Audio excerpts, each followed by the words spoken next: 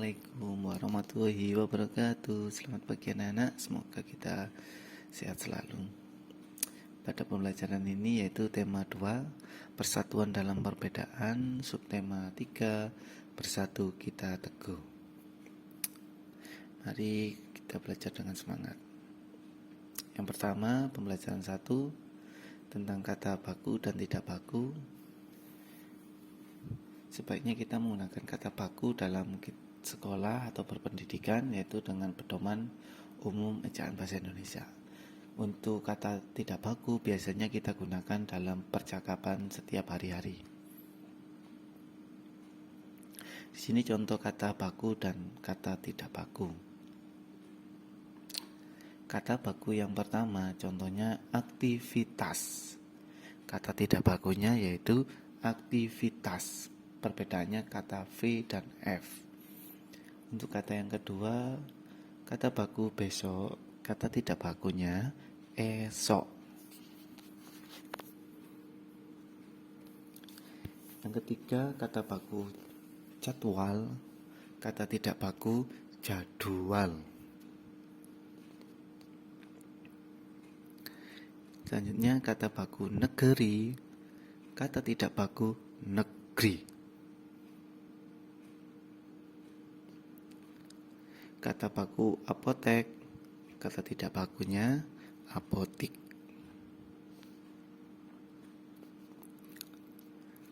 Dan terakhir, kata baku capai, kata tidak bakunya cabai. Itu contoh-contohnya.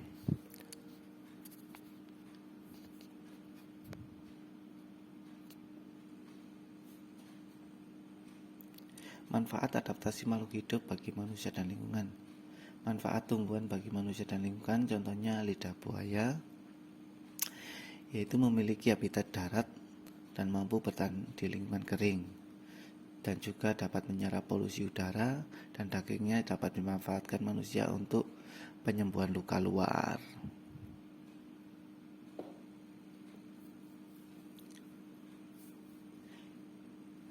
Yang kedua, tumbuhan bakau.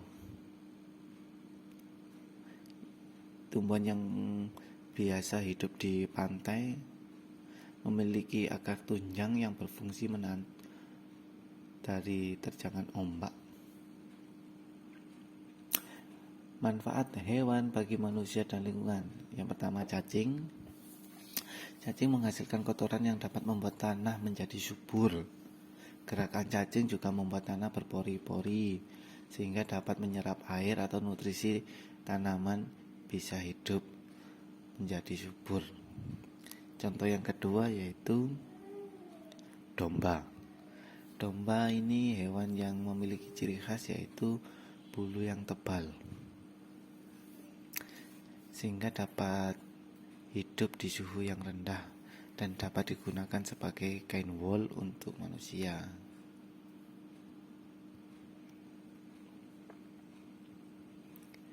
Selanjutnya yaitu manfaat kemerdekaan bagi kesejahteraan bangsa. Setelah merdeka, Indonesia berhak memperoleh pendidikan yang layak. Tidak semua dipilih-pilih, tapi semua warga Indonesia dapat bersekolah. Setelah kemerdekaan, perekonomian Indonesia juga dikuasai oleh negara kita sendiri, dan rakyat dibebaskan untuk melakukan kegiatan ekonomi untuk meningkatkan kesejahteraannya.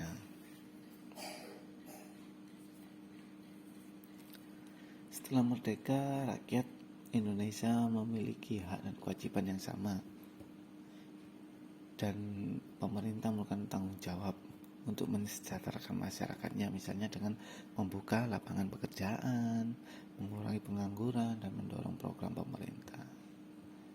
Pembelajaran yang kedua yaitu menjelaskan manfaat persatuan dan kesatuan dalam kehidupan negara kesatuan Republik Indonesia, yaitu dengan adanya persatuan dan kesatuan yang mencirikan kemerdekaan kita. Manfaatnya apa aja? Yang pertama, bangsa Indonesia menjadi bangsa yang kuat dan maju. Yang kedua, pembangunan nasional akan berjalan dengan lancar, aman dan cepat. Yang ketiga, kesejahteraan masyarakat akan tercapai. secara adil, dan keempat, bangsa Indonesia terhindar dari perselisihan, dan yang kelima, persaudaraan antar warga negara terjalin semakin erat.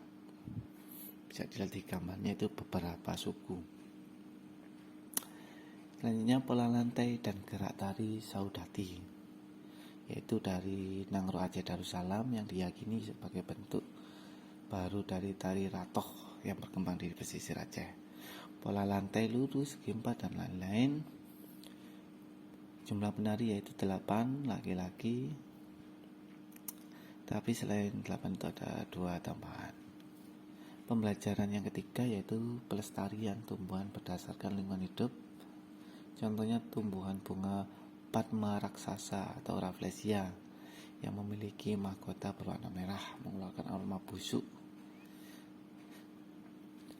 Rafflesia membutuhkan waktu 9 bulan untuk tumbuh. Masa mekarnya yaitu 5-7 hari. Oleh karena itu, pemerintah sangat diperlukan dalam pelestarian tumbuhan tersebut. Pelestarian hewan berdasarkan lingkungan hidupnya yaitu contohnya orangutan yang banyak sudah ahli fungsi hutan sehingga wajib melestarikan. Di sini pemerintah juga sudah berupaya melestarikannya, memindahkan habitatnya dan atau ditempatkan di penangkaran khusus.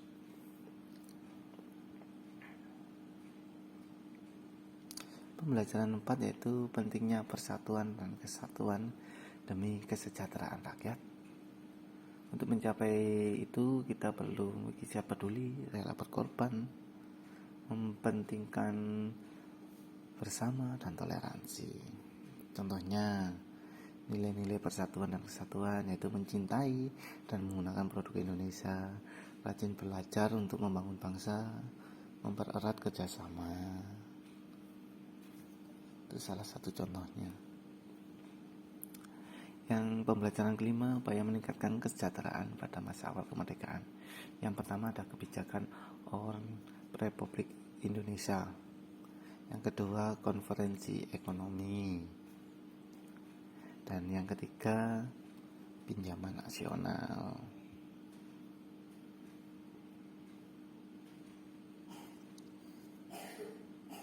Yang keempat yaitu Badan Perencanaan Ekonomi atau Planning Board. Yang kelima, rencana Kasimo. Pembelajaran 6, mempertahankan persatuan dan kesatuan masa kemerdekaan. Cara-caranya sebagai berikut. Yang pertama, menjaga keharmonisan antar suku, meningkatkan semangat kekeluargaan, memperluas pergaulan, meningkatkan pendidikan masyarakat, tidak mudah terpancing oleh pihak-pihak yang memecah belah bangsa, meningkatkan rasa peduli sosial pada orang-orang di sekitar kita, dan melakukan pemerataan pembangunan sehingga ke seluruh pelosok negeri. Bisa dipahami atau diperhatikan, itu ada 7 poin yang perlu kita pahami. Selanjutnya itu melengkapi peta pikiran menggunakan kalimat efektif dan kata baku. Apa sih kalimat efektif itu?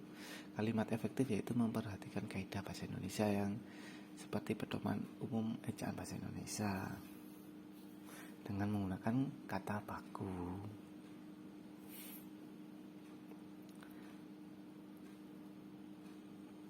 Ini contoh-contoh penulisan teks dengan kata baku, bisa dilihat dengan kata tanya.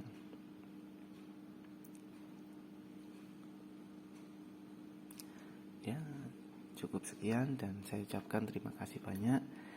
Semoga apa yang kita pelajari ini bisa dipahami. Saya akhiri. Wassalamualaikum warahmatullahi wabarakatuh.